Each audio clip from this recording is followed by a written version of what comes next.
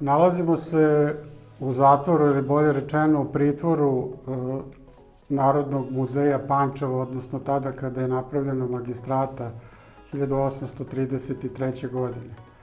Magistrat, što bi mi danas rekli, zgrada Skupštine opštine, u svom sastavu imala je i ove prostorije gde su bili zatvarani lokalni kriminalci, da kažemo pijanice, klošari.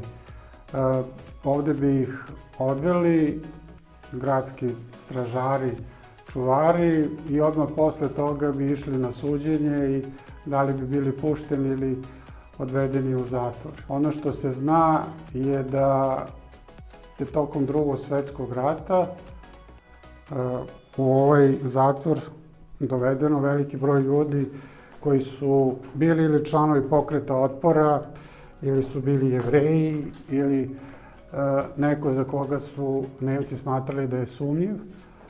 Tako da to sve znamo na osnovu niza svedočenja preživelih ljudi, ali i znamo na osnovu upisanih imena ovde u ćelijama.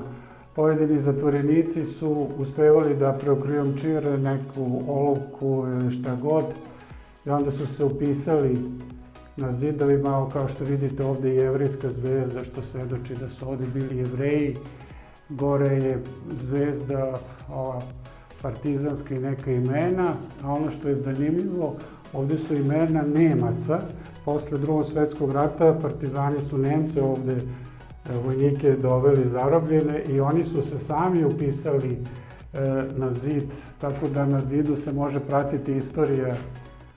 Ne postoji ni jedan zapis da je ovde u tim ćelijama bilo kreveta, odnosno kako se tvrde i svedoči, samo je slama bila dole na podu, na zemlji.